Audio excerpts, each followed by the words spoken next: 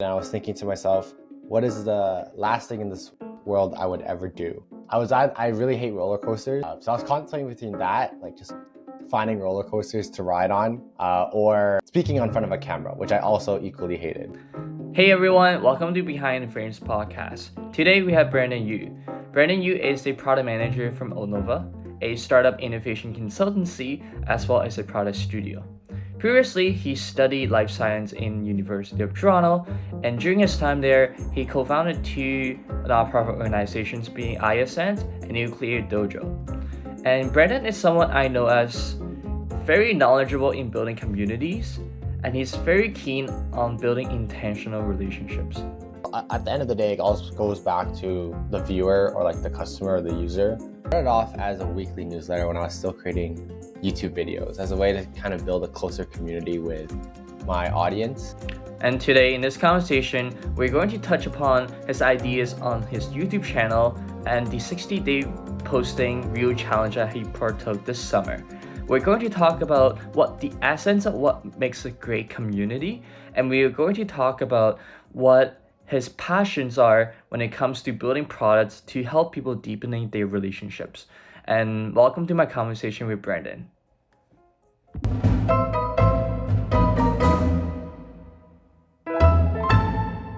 Hey Brandon, so you're someone I'm really excited to bring onto this podcast.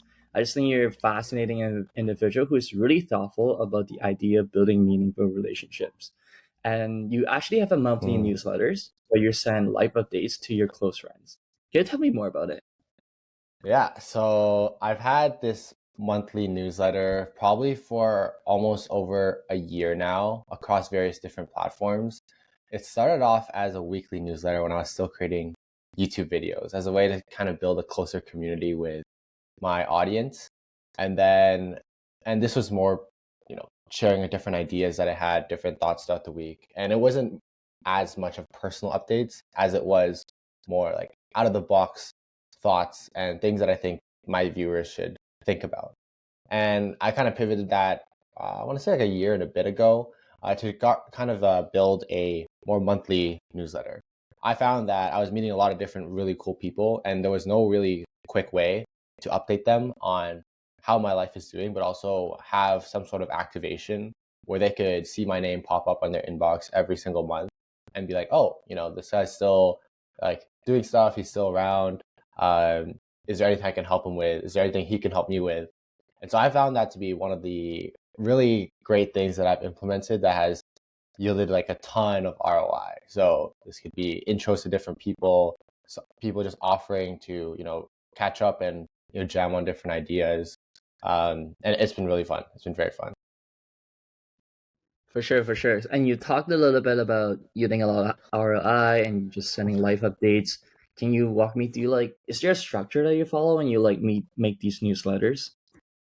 Yeah, I think it's mainly just, I keep it very short. So I think about if I were to receive a newsletter, would I want to have something very, very long that would take 5 to 10 minutes to read, or is it something just really, really short, concise?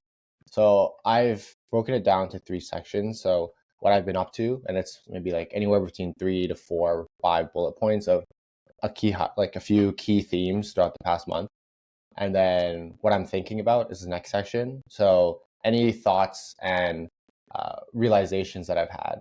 Maybe that's through my travels or just conversations I've had with people, or maybe it's a lifestyle shift. And then I also always have a section for like any quick asks that I have. So anything to maybe like I'm looking for to get in touch with, let's say, product designers, or I'm thinking more about like the consumer space. Can I talk to anyone in there? And then I think the most important thing at the top and the bottom of my newsletter is really just say like, can I help you with anything?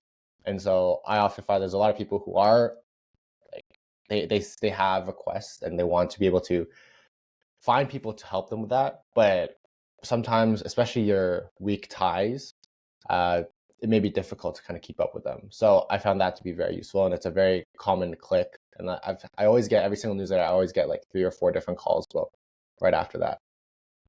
That's awesome. That's awesome, Brandon. What was the most unexpected thing that came out of the newsletter? I think the most unexpected things was just how people were so receptive to join the newsletter. Every time now, like my workflow is whenever I meet someone interesting and we have like a very great conversation, we vibe, like it's very clear that this is going to be a continuing relationship. I always ask them like, hey, do you want to join? I send out like monthly updates every single month to your email, just to keep up with you and also with myself. And everyone, like, I think 100% of them have said yes. And there are times when I chat to this one guy in SF, and I never met him in person, but I had this one really quick 15-minute call with him, asked him to join my newsletter. And then I kind of forgot about him for the past like 6 months. And then all of a sudden I had a quick ask about like being a non-technical PM as I was transitioning into that role. And he was like one of the first people to like instantly reply, like, hey, shoot me a question, like questions anytime. And so it was just out of a 15-minute chat that now this like stranger effectively was now offering to support. And that was really great.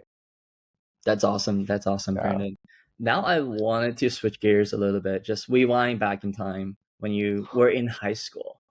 I know you Mm. studied life science at UofT, but what got you interested in the idea of neurology, neuroscience, and just like bio Mm. in general? Yeah. So when I was around 14 years old, I had really difficult health conditions. I had autoimmune conditions called PANS and ITP. And that was I guess that was like a pivotal point in my life where it kind of took everything that I thought I was worth, which is like being really good at basketball relative to my school and like my club, and then also like pursuing a trumpet performance potentially career, and all that had to stop, and I was like stuck at home, like, or in the hospital, just not doing anything at all. And so after it was like a 9 month hiatus from basketball, it was like 3 months before I could play music again. It really made me like think a lot about like what I wanted to do in life, and also I guess where my identity was and my identity came from. And that was kind of the pivotal point where I was like, I made a few realizations. One was I should never place my worth in something that is out of my control. Things like, your athletic ability, or it is to your control to a certain extent, but these things can like be gone in a flash. And so I wanted to strive for something like greater and something that I had full control over. So like how I make people feel, or how I can, connect with people, or how I can build things that really help people. And the second thing was these autoimmune conditions are of the variety of being idiopathic, which means like unknown cause. And so that really ingrained in me like a problem solving mentality where even myself, when I was a patient, like the doctors didn't know what I was doing. I spent a lot of time like researching myself to see what's going on. And I think that was the time when I developed a keen eye for unsolved problems, just with it, not only within healthcare, but also around. And so, long story short, to say that was where that sparked my interest in the health sciences and life sciences. And so I went to university in pursuit of becoming a a physician or clinician scientist, to be more precise. For sure. So when you were 18, like going to first year of university, your goal was to become a clinical scientist. And Yes. what does success look like to you back then? For me, back then when I was 18, I really wanted to work at the top labs in the world and solve the hardest problems. Um, I did apply to a few labs in like Stanford, Columbia, like Harvard, got rejected so many times. Ended up working at the University of Toronto, and that to me was like a great success, because I don't think many people in their first year do research and own projects in the lab. But the ultimate success in my undergrad year, the hope was to be able to apply to an MD PhD program. Um, Before kind of everything everything kind of changed. Towards the end of your first year in life science at UofT, there's this thing called COVID-19 that happened that got in your way. Mm, And all of right. a sudden, you decided that you wanted to start a YouTube channel. So what Mm. happened? What changed? So it was COVID, the start of COVID, and I was thinking to myself, what is the last thing in this world I would ever do? And that was, I really hate roller coasters, and I don't like riding them. So I was contemplating between that, like just finding roller coasters to ride on, or being a speaking on front of a camera, which I also equally hated.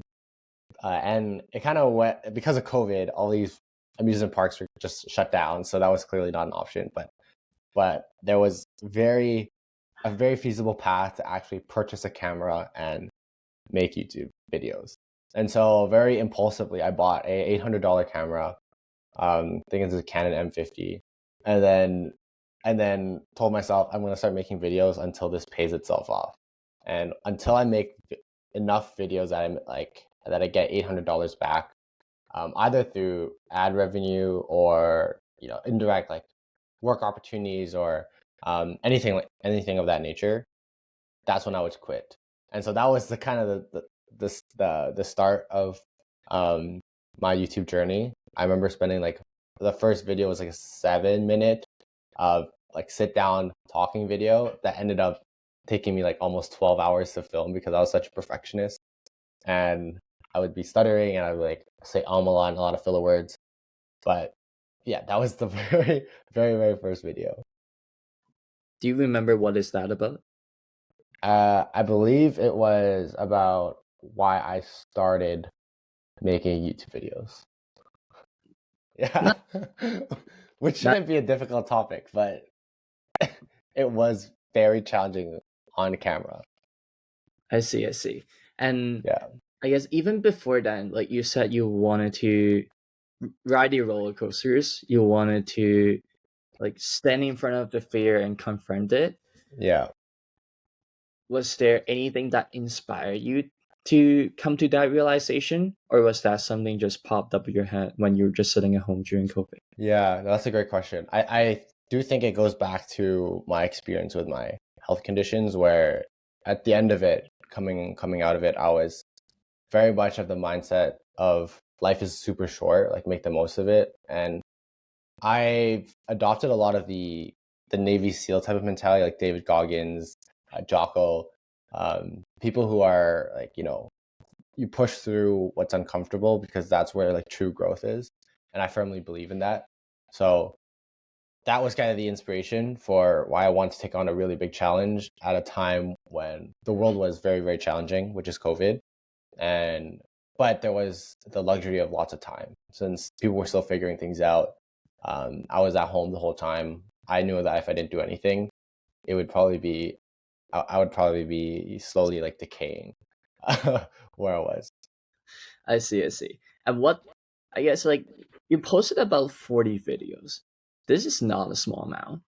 What No, keeps you going? I really doubled down on this concept of trying to identify what type of creator I would be.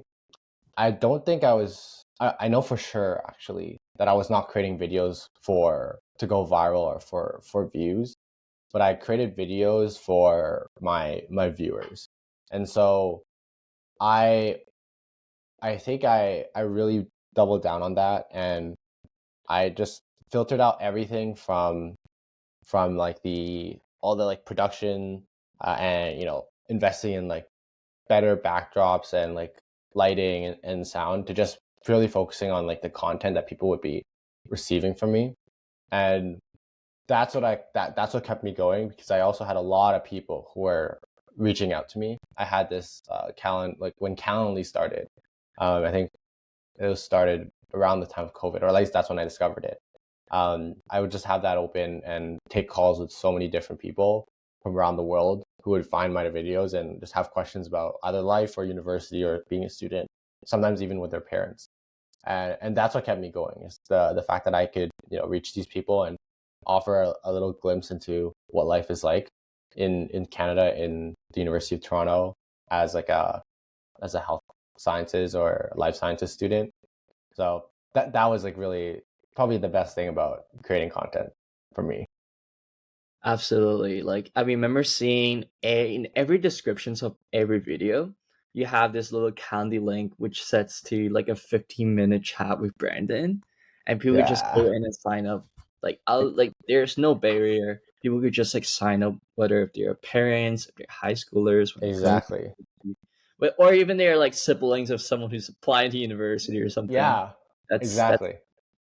Yeah. what has been your most memorable conversation out of these calls? There was this girl. She was 16 when she called me, and she was from Chile. And I think that was one of the most memorable conversations that I've had. To see someone at 16 years old from Chile, who had these humongous dreams of going internationally to school, particularly the University of Toronto, because that was the only international school that offered uh, something called the Lester B. Pearson Scholarship, which gives a lot of money for international students to come to the University of Toronto. And just the fact to hear her story and being a 16-year-old working a ton to support her family already, but also studying super hard and just having like this really great energy around her. I just knew that was it really just like it almost brought me to like tears after the conversation because I felt like, everything I've done in my YouTube journey was worth it for this person. And just because of who she was, and that's the type of person that I was like really hoping that I could reach. And it's been really amazing because she was one of the people who subscribed to this newsletter back when it was like a weekly one. And I've actually recently caught up with her just like a few months ago, and now she is in a university in her home country, and doing like computer science and software engineering, and she is doing extremely well over there, and it was just so nice to hear that, a few years later, when she's 16 now, she's like almost 18, 19, that she actually took a lot of like my advice, and somehow is like carving out her own path and just doing like something that makes her very happy and her parents very proud, and she seems to be going on like having a really great time. That's amazing. This is so lovely. Like, I think the merit of just putting content out there is that there are you reach audience in the areas that you're most unexpected, right? And the Absolutely. ability that you can really create this impact on other people's lives is just so fascinating to me. It's so nice. Yeah, I feel like that's like one of the reasons why I respect content creators so much is since the amount of influence that they have, especially if they're, whether it's like the content they're producing or maybe it's emotions and feelings that they're giving people, whether it's like entertainment or just like hella laughs or jokes. Um, I think it's really amazing. Amazing. So subsequently, while you were running the YouTube channel, you also started a nonprofit, iAscend, which is an organization to help post-secondary transitions for students who graduated from high school or are looking Yeah. for resources to apply to university. And you also founded Nucleate Dojo, which started as Bio Dojo at the Mm. end of 2020. And you spent 2 years building this organization to be the biggest biotech student community. So in I mean, there's so much that we could unpack there, but I'm curious to hear about like have you experienced a similar feeling when you were building this community and your Right. YouTube channel? Have you seen Yeah. any parallels? Yeah, there's a lot of similarities. I think it's all at the end of the day, it all goes back to the viewer or like the customer or the user. That's something I think was the core motivation for me throughout my YouTube channel, but also even right now with reflecting on what it was like to build iAscend and Nucleate Dojo, a lot of it was focused on the people who would be using our resources. So iAscend was built June of 2020, just to help students transition to post-secondary once everything shut down. And there's a lot of people that found our resources very, very helpful. We had over 20,000 active users, monthly active users, on our platform. And in the same way, we kept a very close relationship with who we're serving, asking them, what how are things right now in your demographic, in your like group of friends? How can we like better serve you? just like you would in YouTube, in the very great fans who like leave comments on your YouTube channel, like suggest future topics that they want to hear about. And same thing with Nucleate Dojo as well, being like an undergrad accelerator for undergrads who want to build in biotech. Um, a lot of it was this concept of community, always engaging with people over through like channels like Discord or Slack or like these weekly calls we had, and really trying to identify what are their pain points and how can we best solve them. And it's very, very similar to kind of building that community over on YouTube for sure. I see, I see. So you spoke a lot about like content and community being so vital to any Mm-hmm. kind of organization and just being close with the viewers, the audience, the customers, the people that you're serving. Right. What does a great community look like? I think a great community is small. I think it's very intentional and it's very curated.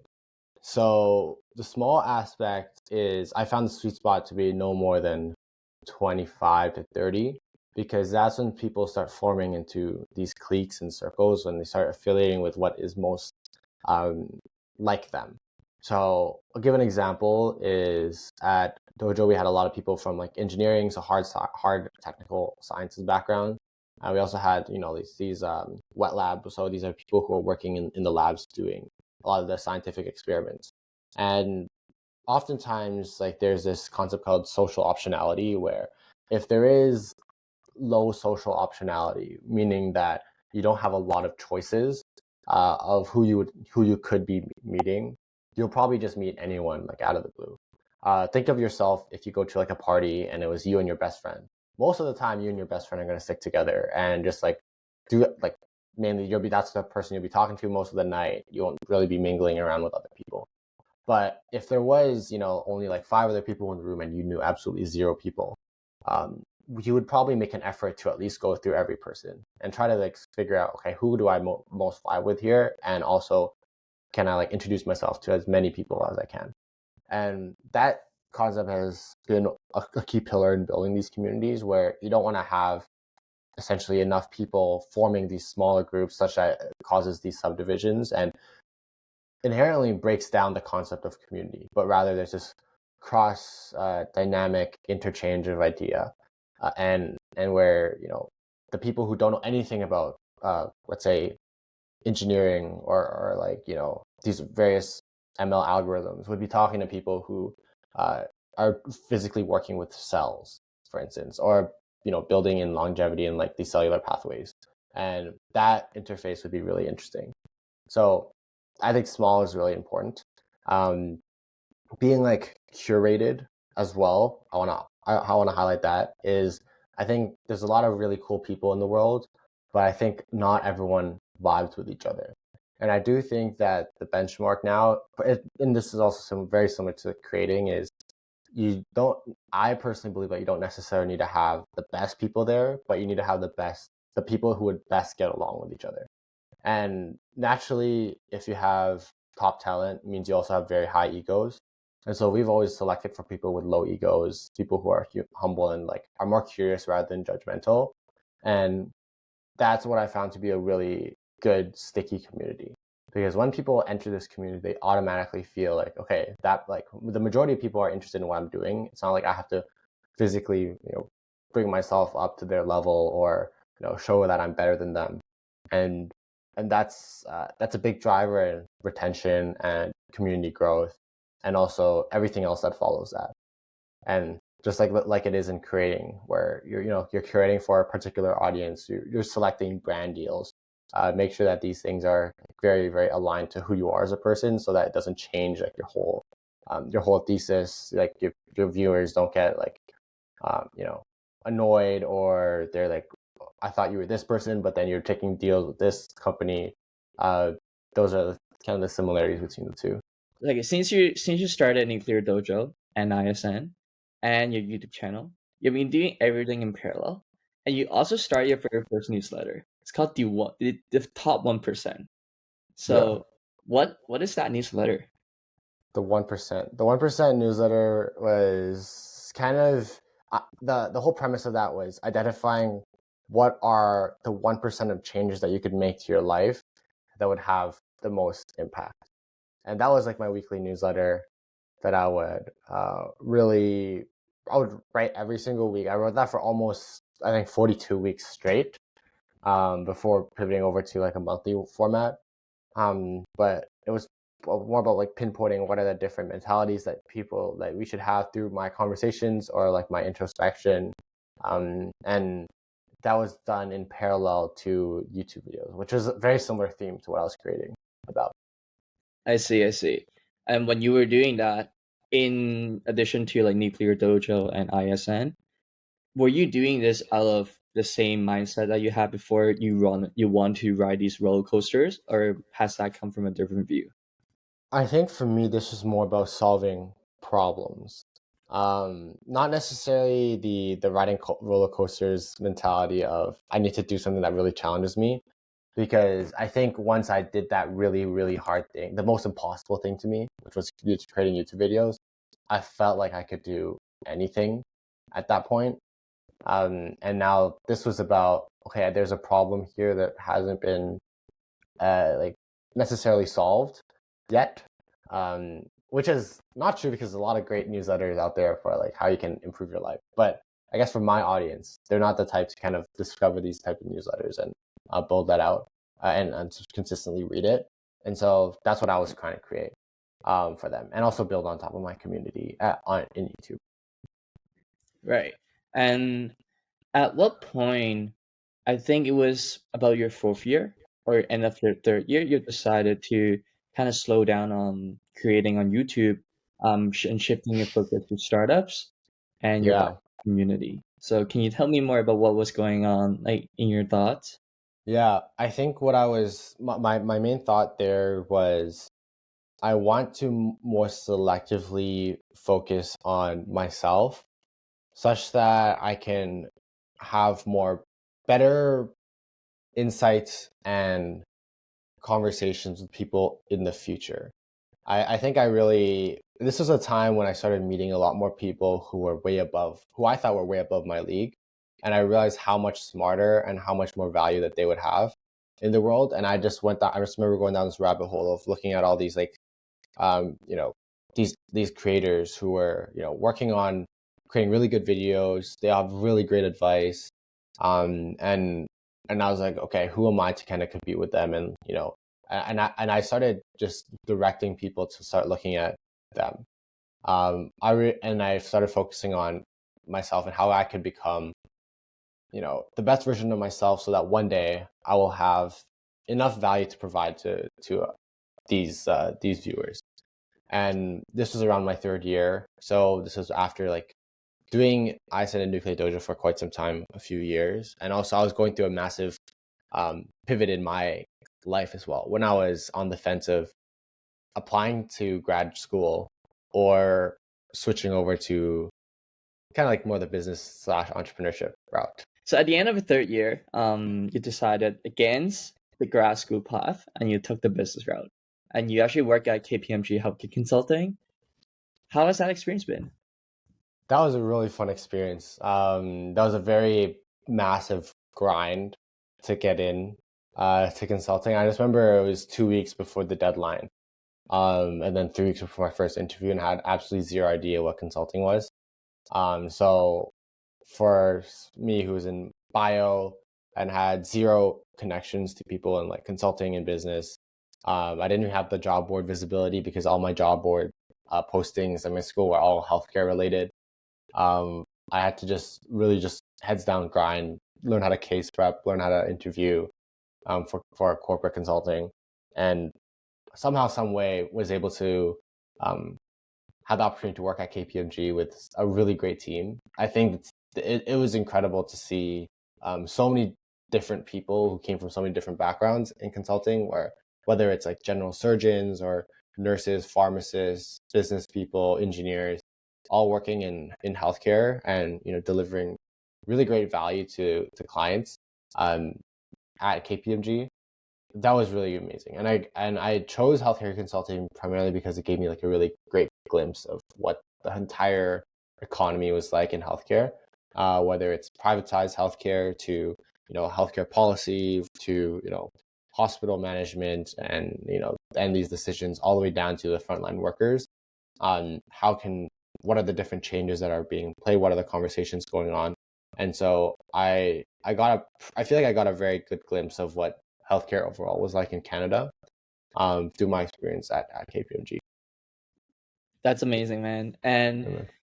it's kind of crazy. It was like shortly after the internship, you decided that okay, like I think I have spent a lot of my life in healthcare in biotech, and you decided to not turn away, but you started to look elsewhere. You were looking at product Mm, management, you were looking at startups, and you joined this innovation consulting company, Onova. I'm yes. working as a product manager. Yeah. So yeah, like that's such a big leap. Like, how did you come to that decision? Yeah. Hmm. So that's a good question. I think what I really went for after KPMG was this guiding principle, which is I want to be around people, which also includes my boss and people in my workplace that I would really want to be like in the future. Um, and I think that was more directing me into the world of startups where people are really caring and really authentic and ambitious, but also people who like really want to invest in their small team. And so that's what drew me to Onova, where I first started off in their venture arm, doing like end to end, like deal sourcing, decision making for early stage investments, and then pivoting over to an innovation consultancy where we're helping Fortune 500s build up internal startups and products internally, and then now also leading a product of our own. Um, and it's been a really great time. But the common thread to all these things is really just who the founders were at Onova and how I really like respected them, and like how they carry themselves, both as people but also as leaders. And that's what initially drew me and kept me at Onova for the past like almost over a year now, actually. That's awesome. Congrats. Correct. And I am curious, what happened on June 1st, 2023? June 1st, 2023. That was the day that I started doing a 90-day reel challenge on Instagram. So I created a brand new account at zero and didn't tell anyone about it. And I started making content every single day for the next, it was, I think, 46 days, I believe. Yep. It was a 90-day challenge and I call it it's a 1K bet where I put $1,000 on the line, and said if I didn't create content for 90 days, I would lose $1,000. So for the first 46 days, I created content every single day, and grew a somewhat decent amount. There was a lot of growth initially. I saw how I was getting like consistently 6, 7 followers every single reel that I posted until I think almost end of June when I believe Instagram changed their algorithm completely. And I saw every creator across the platform decrease in viewership by like almost 60%. Follower growth was super low. And then from there, I was like, okay, this is a little bit tougher than it's very easy to kind of be motivated to continue posting reels when you see the immediate results. And then when it's not, I think it was like halfway through my 46 days. It was Mm. really difficult to continue going. And then I went to Asia midway through my. So maybe the planning wasn't the best on my end because I had a really big month-long trip in Asia to my family, like connect with Asian businesses and also just like go celebrate a wedding in Asia. And that's when I actually decided I had to very much think about what is what's more worth it at this point. And at the time, I was growing maybe 1 or 2 followers every single reel, not too much, but it was a difficult decision to kind of say I would fail fail this bet, and which I ended up doing, and ended up donating 1,000. I mean, at the end of the day, like, this is not an easy thing to do. Like, posting consistently for 46 days, but you had to film and No, edit and post and schedule at the same time. So, and you also were working on a full-time job, you were in school, and you had other stuff that were also going on, right? So, yeah, yeah, I'm yeah. I'm I'm curious about the why. Like, why did you give yourself a challenge like that? Was it again referring back to the is it the roller coaster mindset or is that like something else? Well, yeah, it's also, yeah, I think having in stake in the game is so important for accountability.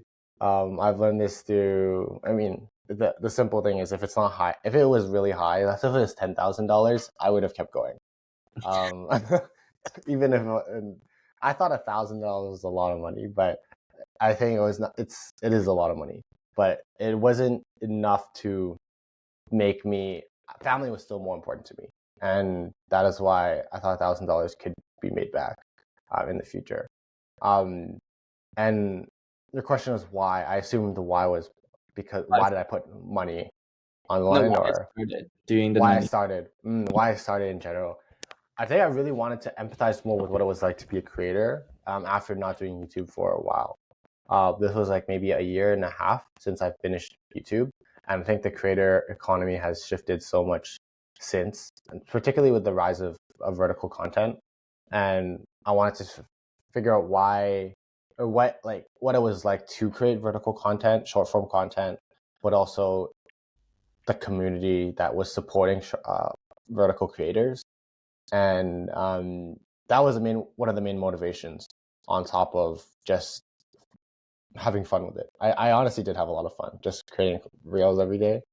Um, but yeah, that's probably not anymore. I don't think I would have that much fun anymore after 46 days. For sure, for sure. Yeah, What are some of the biggest lessons that you learned? Like tactically speaking or like just right. generally mindset wise? The biggest lesson I learned was, I think, a big lesson for me internally was the value of time. And I think it was really solidified when I would be spending like an hour or so a day on content, and thinking, planning, and like editing, scheduling content for the next few days. Um, that to me, I really had to think about like what was the ROI on this content, and are there people out there already doing something like this? Which there are a ton of people doing something like this. And I really took that to heart, especially when I went to Asia, and I saw myself the first few days spending time away from family that I haven't seen in like 5-6 years, um, just to make content that would reach maybe like a few thousand people that I don't have a relationship with, versus like seeing my grandparents who are very much aging. They are like it's very difficult to see them because they are on the other side of the world. What is more important to me? And I think that was the biggest realization that I've had throughout the real challenge. But more on the practical side of creating, I think systems around creating became very important. So having some sort of very structured routine, schedule, and kind of blocking out any distractions where people would want to like hang out, but you have to get these deliverables done for your content. Um, but being very disciplined and saying no and prioritizing your work in the content sense was also a new challenge, particularly because in my previous time in creating videos, I was set to like maybe one video a week, one video every 2 weeks, but it wasn't like a hard set. So that was a very different experience. I see, I see. What was there like video that stood out to you particularly? My reels, Yep. um, there's a few videos that stood out particularly. There was some that I put very little effort into, and they did surprisingly very well. Um, and then there were some that I put a lot of effort into, and I thought people would be interested in, and they did absolutely didn't do anything at all. And so I was like, oh, this is interesting. Like I think it goes back to the takeaway there was to really better understand your audience. And if you have a better understanding of your audience, you can create content that suits them more. But again, if you don't have an audience, it's hard to understand what they could potentially be using for. So I think if I were to do this again, maybe like finding creators that I want to model after and the communities that they're part of, where their user base based, where's the users or the viewers based out of? Are they following the same type of people? Are they in the same communities? And is there like a somewhere that I could join that community and be a little bit different than what it currently exists, just so that I already capture that entire group of people? That's probably what I would do if I were to restart this. For sure, for sure.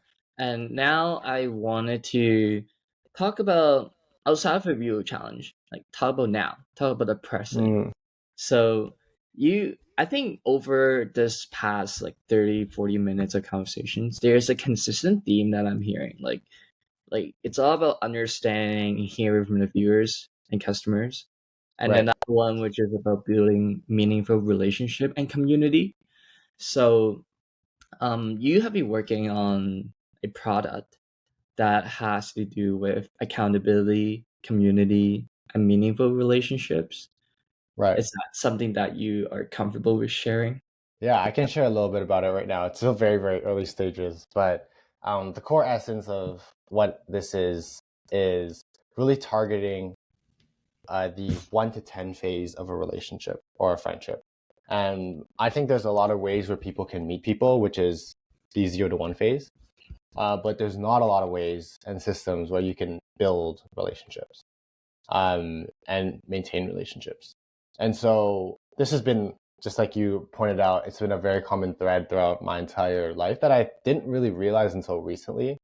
And I do think that relationships do drive the world, and everything that happens usually stems from some sort of relationship, whether that is someone inspiring you to do something and like taking that leap into creating, or it's someone who's has this friend who can really like give you all this advice, so that your content goes from like you know like that your content is 10x's, or it's just like a group of people and your friends that hold you accountable to achieve your goals. Everything is very relationship driven, but a lot of relationships rely on either proximity or activations. Where proximity is the people that you see every single day, but and activations are through social media, where you see their story, or and then you reach out to them, or it's their birthday or it's their anniversary and you reach out to them. But apart from those two, it's really difficult to maintain relationships that are apart from you and that you don't see often. And I find that there is a big gap for that. And so that's kind of where we want to kind of dive into. It's going to be some kind of hybrid, but effectively, it is going to be like a superhuman for your contacts. Something that allows you to really intentionally develop and build up your relationships to take them to the next level. For sure, for sure. Like if you think about the idea of social media, I think it really flips the context of proximity, because with social media or with the internet, you're able to communicate with people across the world. It makes the Yeah. communication barrier a lot smaller. But at the Yep. same time, like social media introduces this parasocial element where it's very one-sided, where you can't really fully grasp what a person is doing or feeling just Mm, based on the content that they post. So in general, 100%. when you think about like platforms right now, or like our experience with social media, what are your thoughts on sort of the bigger benefits or disadvantages Mm, of using social media as our main way to maintain relationships? That's a really good question. I think that social platforms have taken a dramatic rise since like Instagram, TikTok, and very accessible, mobile friendly social platforms have been like very mainstream. I do think though we're on another inflection point where people are beginning to get tired of social media, and you see this with people with the rise of digital detoxes becoming a popular trend, and people restricting the amount of posts that they have on their Instagram. You see a lot of Gen Zs now, and Gen Is, I think they call them, as the generation after, is they're not necessarily like the older users of Instagram where they have 300, 400 posts. It's very limited to like single digits, and posting is not the main goal of the platform anymore. And it's more about maintaining these contacts and relationships.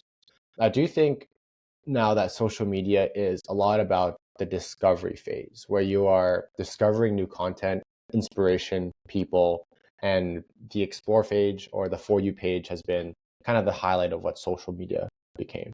Um, and I think that's great for a lot of people who are looking for new stimuli. But I do think we're living in an age where the problem isn't the lack of information, which it was like a few decades ago, but more so the oversaturation of information, whether that's through posts or tweets, people. And people are very, very confused, and they're often living very, very, very fast-paced lives. I do think that the next shift in social media and media platforms in general will be something that is much more simple and back to what social media originally was, which is essentially a way for people to stay connected without all the noise. And that's kind of the vision for what we're trying to build as well, where we're not necessarily a social platform where you can like message people digitally, but it's more like encouraging people to touch grass and get out of their phones and just meet IRL. And I think that's where social media will be headed to in the next few years. Love that vision, Brandon. And if I think about this, because you're a serial entrepreneur or serial founder and you're a content creator, and a lot of people know you for very different things. So someone know you for biotech, someone know you for the Reels guy, someone knows you for the YouTube life science major. I'm what how do you want to be known for? Hmm. What do I want to be known for? I recently was thinking about this. That's a very, very great and timely question. Um, I'm learning to be someone who makes crazy things happen. And that's number one. But number two is also I want to be someone who brings people together. So whether that is through common ideas, shared interests, I really enjoy when all the people that I care about like succeed. I think that's what brings me the biggest joy. And so whether that's making intros or throwing like parties or events for people, uh, that's what I would love to do. I think there's a lot that can be said about people who are like creators and entrepreneurs. I think they're very, very similar.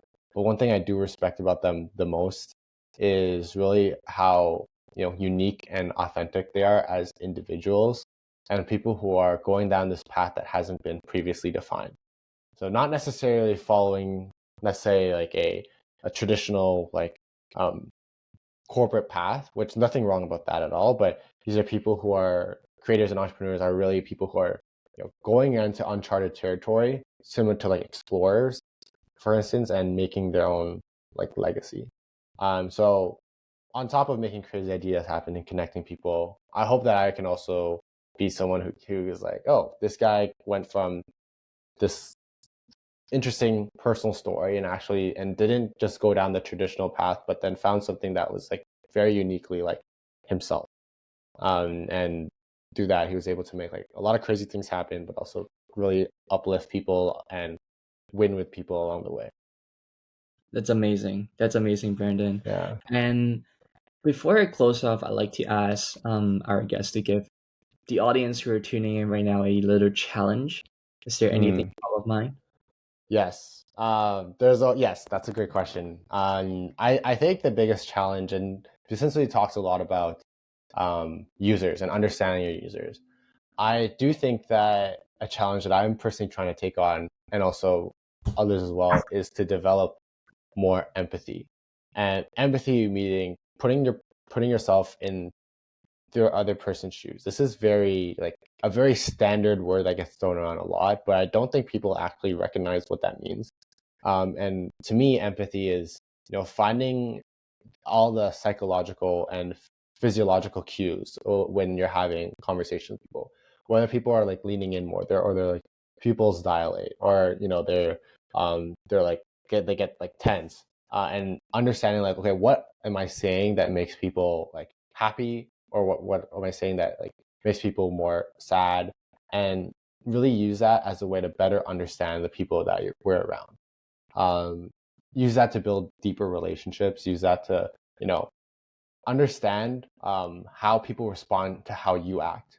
And I think through that challenge that I'm also taking on as well, we can form a lot stronger relationships, help people more in our local environment, but also just have a lot more meaningful conversations, and like shared growth together. Absolutely.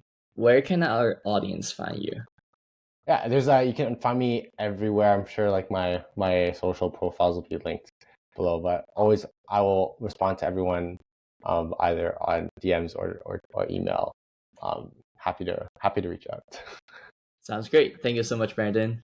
Thanks, Alex. This was super fun.